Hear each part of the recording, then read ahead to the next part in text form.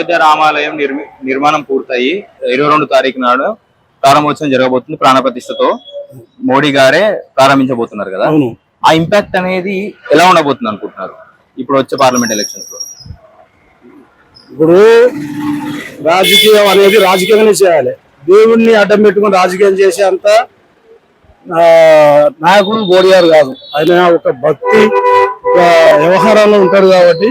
కాంగ్రెస్ అంటుంది అది రాజకీయ కార్యక్రమం అయింది, అందువలన మేము రాము అని కాంగ్రెస్ బహిష్కరించింది కదా. దీనిపై మీ అభిప్రాయం ఏంటి? ఆ కాంగ్రెస్ పార్టీకి దేవుడు అంటే తెలియదు, వాళ్ళకి దేవుడు అంటే తెలియదు. వాళ్ళకి ఏం చేయాలన్నా వాళ్ళకి అర్థమే కాదు. అక్షంతలు పట్టుకొని మనం చూసినా పొన్నాన ప్రభాకర్ ఇక్కడ ఉంటాడు మినిస్టర్ అనేది. ఆయన శ్రీరాములు అయోధ్య నుంచి వచ్చిన అక్షంతలు తీసుకొస్తే ఆయన రేషన్ బియ్యం అన్నాడు. రేషన్ బియ్యం, బాస్మతి బియ్యం, బీపీడి బియ్యం ఆయన అక్షంతలకు రేషన్ బియ్యంకు తేడా తెలియని వ్యక్తి. ఆయన దేవుళ్ళ మీద రాజకీయం చేసుడు అది చాలా కరెక్ట్ కాదు. నిజంగా బీజేపీ దేవుళ్ళని ఉపయోగించుకుని రాజకీయం చేయట్లేదు అంటున్నారు. లేదు లేదు, అది భగవంతుడు ఒక హిందూ ధర్మం, ఈ దేశ రక్షణ గురించి ధర్మం గురించి హిందుత్వం గురించి ఉంటుంది కాబట్టి ఇది హిందుస్థాన్, ఇది హిందువులు ఉండే దేశం కాబట్టి ఇది ఒక కూడా నేను కూడా మొక్కుతున్నా. నా దేవుళ్ళ కించపరిస్తే నేను ఒప్పుకుంటున్నా. ఆ కాంగ్రెస్ వాళ్ళకి ఏం తెలుస్తుంది?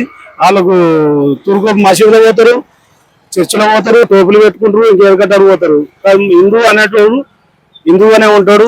రాము చరిత్ర ఉన్నది, ఒక్కొక్క ఇక్కడ కొనగాడు ఉన్నాడు, ఎమ్లాడు ఉన్నాడు, దేవుళ్ళ చరిత్ర ఉన్నది కాబట్టి మేము ఎప్పుడు ఎక్కడైనా ఎవరైనా కానీ దేవుళ్ళతో రాజకీయం చేయొద్దు. దేవుళ్ళ రాజకీయం చేస్తాను కట్టే అవుట్ అయిపోతారు. ఇప్పుడు బండి సంజయ్ గారు అనే పేరు వినగానే కట్టర్ హిందూ అనే ఒక మాట వినబడుతుంది కదా. అవును, హిందుత్వవాదుల నుంచి. అవును.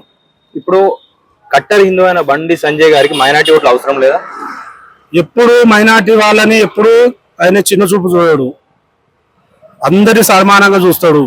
ముస్లిం ముస్లింలు అంటాడు, ముస్లిం కూడా ఆయన మిత్రులు అందరూ దగ్గర తీసుకుంటాడు.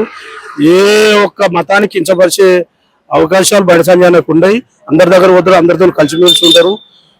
ఈ యొక్క పాకిస్తాన్ వాళ్ళు కొంతమంది మన దేశంలో ఉంటారు కాబట్టి ఎగ్జాంపుల్ క్రికెట్ మ్యాచ్ జరిగితే పాకిస్తాన్కి వెళ్తే జై జై అని అంటారు. గసుంటోల గురించి బండి సంజయ్ పోరాటం చేస్తారు. అసుంటోలో ఈ దేశంలో ఉండదు, పాకిస్తాన్కి వెళ్ళిపోవాలంటారు. అది నేనేంటో నువ్వంటే వాళ్ళైనా అంటారు. కాబట్టి మన భారతదేశంలో పెట్టి పక్క దేశాన్ని గురించి వాళ్ళు జేజేలు కొడితే ఎవరికైనా బాధ అనిపిస్తుంది. మత విమర్శన అనేది సంజయ్ ఉండదు. అందరూ కలుపుకోపోతాడు, అందరితో బాగుంటారు.